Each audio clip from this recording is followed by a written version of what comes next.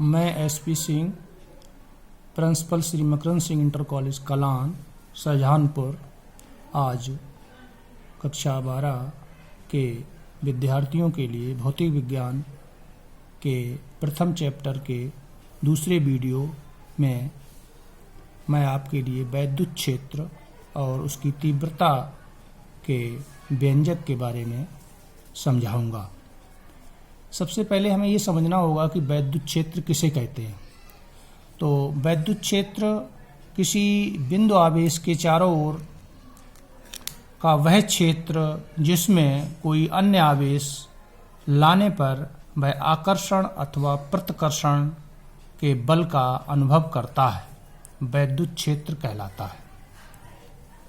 तो ये वैद्युत क्षेत्र की परिभाषा हो गई। अब आती है वैद्युत क्षेत्र की तीव्रता। किसी वैद्युत क्षेत्र में किसी बिंदु पर वैद्युत क्षेत्र की तीव्रता उस बिंदु पर रखे परीक्षण आवेश Q0 पर लगने वाले वैद्युत बल F तथा परीक्षण आवेश Q0 के मान की निष्पत्ति अर्थात अनुपात के बराबर होती है। वैद्युत क्षेत्र की तीव्रता को कैपिटल E वेक्टर से प्रदर्शित करते हैं। अतः वैद्युत क्षेत्र की तीव्रता का सूत्र हो गया E वेक्टर बराबर F वेक्टर अपान Q0।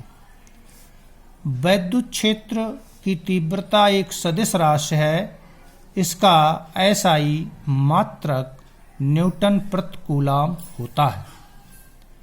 वैद्युत क्षेत्र की तीव्रता की विमा सूत्र से निकालेंगे बराबर बल की विमा बटे आवेश की विमा बराबर बल की विमा MLT की -2 अपॉन AT बराबर MLT की -3 A की -1। अब हम किसी बिंदु आवेश के कारण उत्पन्न वैद्युत क्षेत्र के किसी बिंदु पर वैद्युत क्षेत्र की तीव्रता के सूत्र का निगमन करेंगे, अर्थात बिंदु आवेश के कारण वैद्युत क्षेत्र की तीव्रता। इसके लिए हम मानेंगे कि माना एक बिंदु आवेश Q है जो ऐसे माध्यम में स्थित है जिसका परावैद्युतांक K है। इस आवेश से स्मॉल r दूरी पर स्थित बिंदु P पर वैद्युत क्षेत्र की तीव्रता का परिकलन करना है। इसके लिए हम बिंदु P पर एक परीक्षण आवेश Q0 को स्थित मान लेते हैं। कूलम के नियमानुसार इस परीक्षण आवेश Q0 पर लगने वाले वैद्युत बल F का मान निम्नलिखित होगा। F बराबर 1/4 pi epsilon 0 K into Q0 upon R square Newton. यहाँ Q0 को इधर से हटा के इस F के अपॉन में लाते हैं, तब सूत्र बन जाता है अथवा करके F अपान Q0 बराबर 1/4 pi epsilon 0 K into Q upon R square.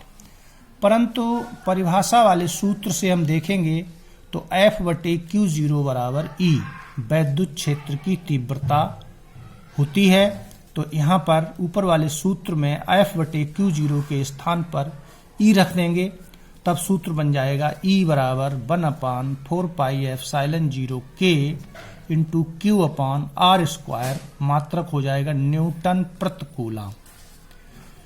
यदि ये आवेश वायु या निर्वात में स्थित हैं तब K बराबर 1 हो जाएगा। तो K का मान 1 रख देंगे ऊपर वाले सूत्र में, तब वायु या निर्वात के लिए वैद्युत क्षेत्र की तीव्रता का सूत्र हो जाएगा E बराबर 1/4 pi epsilon 0 into Q upon R square Newton प्रति कूलम। वैद्युत क्षेत्र की तीव्रता के सूत्र को सदिश रूप में लिखने के लिए लिखेंगे E वेक्टर बराबर 1/4 pi epsilon 0 Q upon R square into R cap Newton प्रति कूलम, जहाँ R कैप बिंदु आवेश Q को बिंदु P से मिलाने वाली रेखा के अनुदिश एकांक सदिश है। यदि बिंदु आवेश धनात्मक है तब वैद्युत क्षेत्र की दिशा धन आवेश से दूर या बाहर की ओर होती है, जबकि ऋणावेश से उत्पन्न वैद्युत क्षेत्र की दिशा ऋणावेश की ओर अर्थात ऋणावेश की ओर होती है। धन्यवाद।